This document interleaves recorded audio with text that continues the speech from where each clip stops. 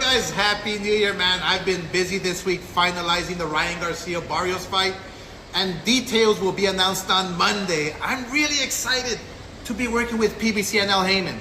Look, we have a lot of great matchups to be made as the U.S. top promoters, so I'm looking to keep the fights here in the U.S. In the meantime, Eddie Hearn is begging the media for this Boots and Vergil Ortiz fight. It's so stupid as a promoter to pigeonhole your fighter into one opponent. You lose your negotiating power, which ends up being a lot of lost money for your fighter. Also, every time a manager tries to be a hero and negotiate behind the promoter's back, they lose money for the fighter. And at the same time, violate the Muhammad Ali Act. And you know what? I'm gonna start sending legal letters enforcing this because I'm fucking tired of it. Some managers are just, and I will be exposing them, trust me. Look, Vergil can fight 2 or 3 different guys in mega fights. He's got options. Imagine him with Errol Spence at Dallas Cowboys Stadium, or Sebastian Fundora in a mega fight in Vegas. Boots is part of the plan, but it doesn't have to be next. But Eddie, since you're so desperate to make this fight, then let's do this. 60-40 for Vergil and 5% to the winner. Because I'm generous and I'm not moving off those numbers. You're the one who's begging for this fight. So let's go. Right. What's good, YouTube? It's your boy, Blue Blood Sports TV, and I'm back at y'all with another one.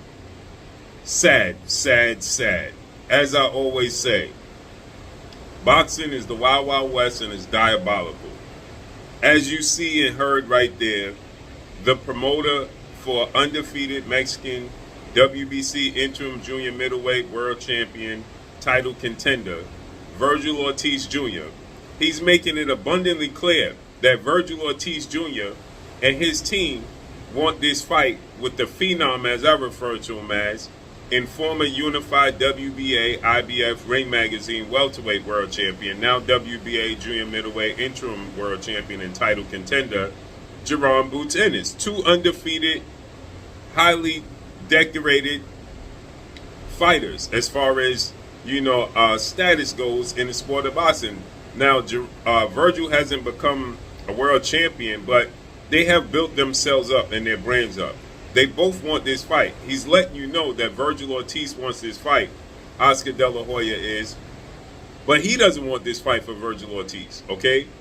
He's saying that Vergil Ortiz's manager is trying to negotiate a deal behind the scenes. That's what his job is, for Vergil to fight Jerron Ennis. That's the fight he wants. But he doesn't want the fight. And he's saying that Jerron Ennis promoter, Matchroom CEO and promoter Eddie Hearn, is desperate for the fight. Vergil Ortiz manager is desperate for the fight, and they both causing their fighters to lose money. And he wants Vergil to fight Errol Spence at Dallas Cowboy AT&T Stadium and or Sebastian Fundora. First of all, he can't fight Sebastian Fundora next because Sebastian Fundora got a fight coming up with Keith Thurman. That's why Vergil initially stated, "Oh, I would love to fight Errol Spence in my next fight at AT&T Cowboy Stadium," because this was always the plan from the beginning with Oscar De La Hoya, who obviously has been trying to coach Vergil Ortiz to go in this direction, right?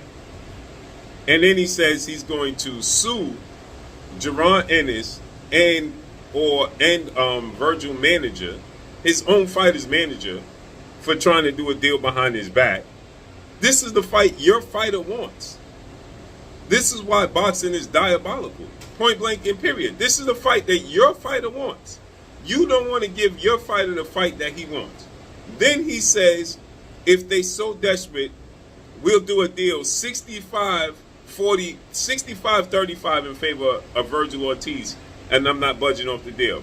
If y'all didn't understand what he said 60-40, winner gets gets extra 5%. Right? So obviously he's expecting his fighter to win. That means that it would be 65-35 in favor of Vergil Ortiz. when Jaron Ennis is more accomplished than Vergil Ortiz. And their status, star status, is equal, if anything. Jaron Ennis sold out in Philadelphia twice. Vergil has never headlined and sold out anywhere on his own in a big deal, like Jaron Ennis has. So why would Jaron Ennis go 65-35 in favor of Vergil Ortiz? He's never even been a world champion. This is Oscar De La Hoya's way of doing what he can to block the fight. He knows Jaron Ennis ain't going to take such a silly deal. And neither will Oscar De La Hoya. But I hope that, and neither will Eddie Hearn. But I hope that Jaron Ennis calls his bluff and say, I'll take that deal, and beats Vergil. Right? I'm not saying I want him to beat Vergil, because Vergil clearly wants this fight. This is disgusting on behalf of Oscar De La Hoya. It's disgusting, man. It's nasty work. And this is what hinders the sport of boxing. This is the problem with boxing. And Oscar will sit there and tell you it's Dana White and TKO and Turkey Al-Rashid. Now he's talking about he wants to keep the fights here in the States. That's a jab at Turkey Al-Rashid. You ain't got no network deal. And the zone is telling you if you don't make a deal, your deal with us is done. It's nasty work, man. They are destroying boxing from within. It has nothing to do with Dana White coming from UFC and destroying the sport of boxing. It has everything to do with them destroying boxing. Point blank and period. And that's all I got for y'all, man. Follow me on Instagram at Blue Blood Sports TV, all one word. It's your boy Blue signing off. I'm gone. Peace.